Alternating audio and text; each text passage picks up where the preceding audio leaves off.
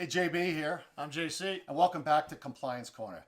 JC, one of the things I talk to all of our clients about when I visit is to have a dual verification process in place when verifying 4473s before the firearm leaves the building. And the more errors I find are typically in areas where that process or that practice isn't in place on a daily basis or before the firearm leaves versus maybe at the end of the week or the next day when we hear, oh, my compliance person will be in tomorrow. My compliance person will be in on Saturday.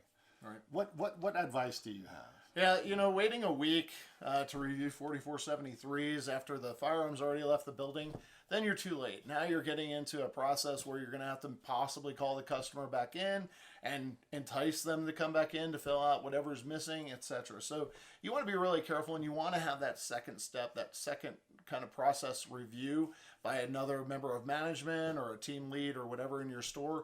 And some of the things that you want to look for are really quite simple. Through Section A, make sure that all of those demographics, their name, their address, are all completed. You want to make sure that in the county box, for example, they don't put USA. That happens a lot.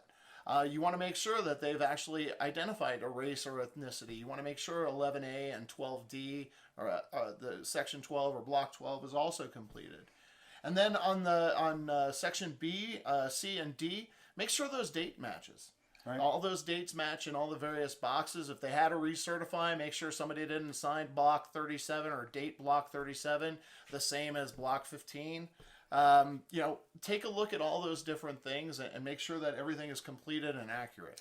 Yeah, I find a lot of errors in box 19, but when we have a second set of eyes on it, especially with a delay transaction, cross-referencing all the right boxes being checked, the updates and the dates specific on the transfer are critical. That's right. Yeah. So we hope this gave you a little more insight into why a dual verification process on checking your 4473s before the firearm leaves the building is important. And we'll see you next time on Compliance Corner.